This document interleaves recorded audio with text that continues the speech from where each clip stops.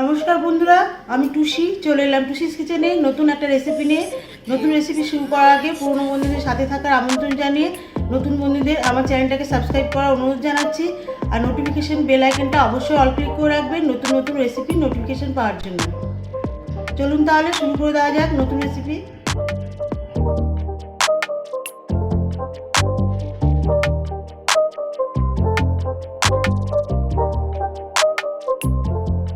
বন্ধুরা, আজ আমি আপনাদের সামনে মহাশোল মাছের রেসিপি করে দেখাবো। এই মাছটির সাথে আপনারা অনেকেই পরিচিত আছেন, আবার কেউ হয়তো মাছটির নাম জানেন না। এই মাছটি দেখতে কিন্তু অনেকটা রুই মাছ বা কাতলা মাছের মতন হয়, অনেক বড় সাইজের হয়। আর এই মাছের আঁশের কালার কিন্তু অনেকটা হলুদ। আমরা তো কাতলা বা রুই মাছের রেজালা সবসময় করে খাই, তাই আজকে ভাবলাম যে আমি আপনাদের কাছে মহাশোল মাছের রেজালা রেসিপি করে দেখাই।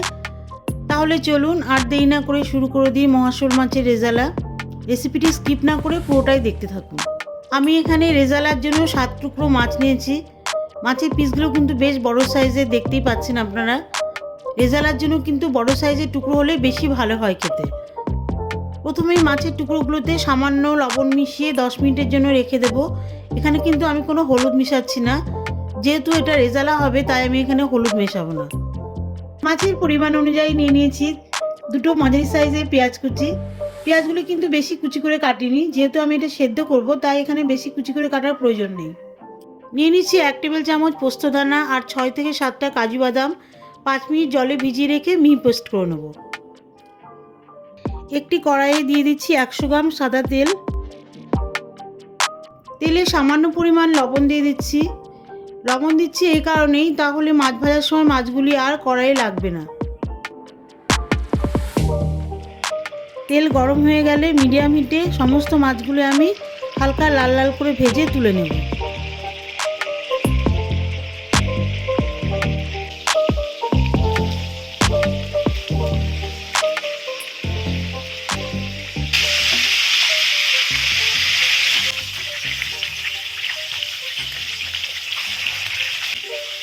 মাছের রেজালা করতে গেলে কিন্তু মাছগুলি বেশি কড়া ভাজলে ভালো লাগবে না, তাই আমি এখানে হালকা লাল লাল করে ভেজে তুলে নিয়েছি।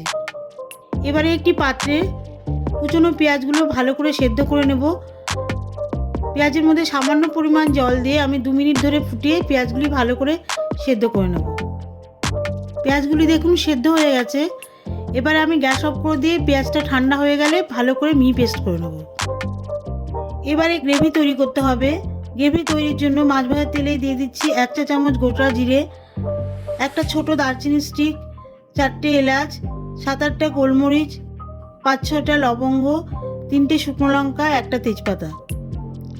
ফোড়নগুলি ভাজা ভাজা হয়ে গেলে যখন একটি সুন্দর ফ্লেভার আসবে সেই সময় দিয়ে দিচ্ছি 4টে কাঁচা লঙ্কা, 6 কোয়া রসুন আর 1 ইঞ্চি আদা, সব একসঙ্গে বেটে দিয়ে দিচ্ছি।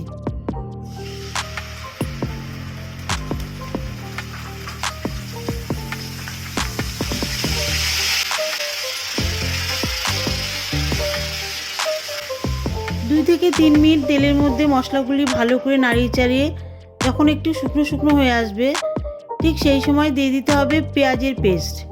যেটা আমি দেখিয়েছিলাম পেঁয়াজগুলো আমি সিদ্ধ করছি, তার একটি মিহি পেস্ট বানিয়েছি, সেটা দিয়ে দিচ্ছি।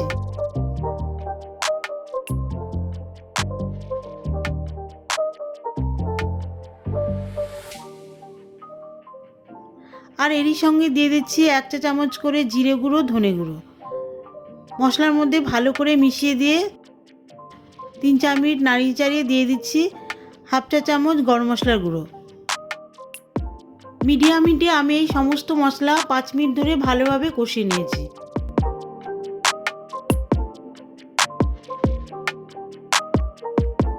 মশলা কিন্তু আমার কষানো হয়ে গেছে, দেখতেই পাচ্ছেন মশলা থেকে তেল বেরিয়ে এসছে। এবারে দিয়ে দিচ্ছি কাজু বাদাম পোস্ত বাটা। এবারে কিন্তু আমি আর বেশিক্ষণ কষাবো না, 2 মিনিট কষিয়ে দিয়ে দিচ্ছি ফেটানো দই। আমি এখানে দই 50 গ্রাম নিয়েছি, ভালো করে মিক্সিতে ফেটিয়ে নিয়ে তারপরে দইটা দিয়ে দিচ্ছি। আর এই সময় একটু খেয়াল রাখতে হবে, দই যখন দেবেন মশলার মধ্যে দই আর মশলা কিন্তু ছিটতে পারে, সেই কারণে আপনারা চাইলে গ্যাস অফ করে বা স্লো আঁচে দিতে পারেন। আমি এখানে আঁচ স্লো করে তবে আমি দিয়েছি। দিয়ে দিচ্ছি 1 বাটি জল। যেই বাটিতে আমি দই দিয়েছিলাম। ঝোল ভালোভাবে মিশিয়ে দিচ্ছি আমি দইয়ের মধ্যে। দেখুন দই কিন্তু আমার একটুও কাটেনি।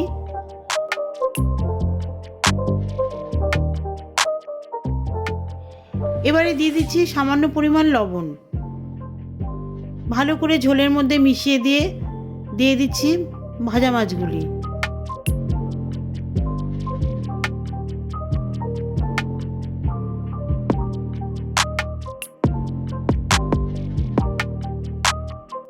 সমস্ত মাছগুলি আমি মিশিয়ে দিচ্ছি ঝোলের মধ্যে, আর সেই সঙ্গে দিয়ে দিচ্ছি মাছ ভাজার তেল।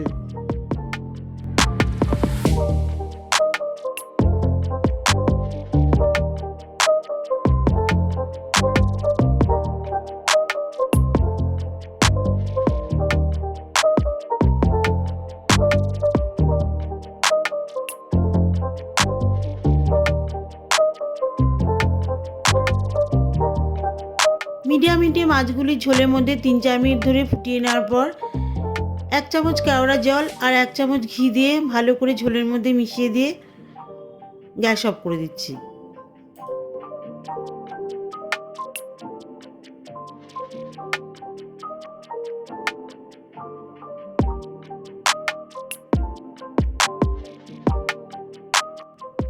মহাশোল মাছের রেজালা আমার পুরোপুরিভাবেই রেডি।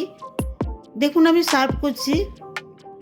গরম ভাত, ফ্রাইড রাইস, পোলাও যে কোনো কিছুর সাথে খেতে পারেন। আশা করছি আপনাদের কাছে ভালো লেগে থাকবে আমার এই রেসিপিটি।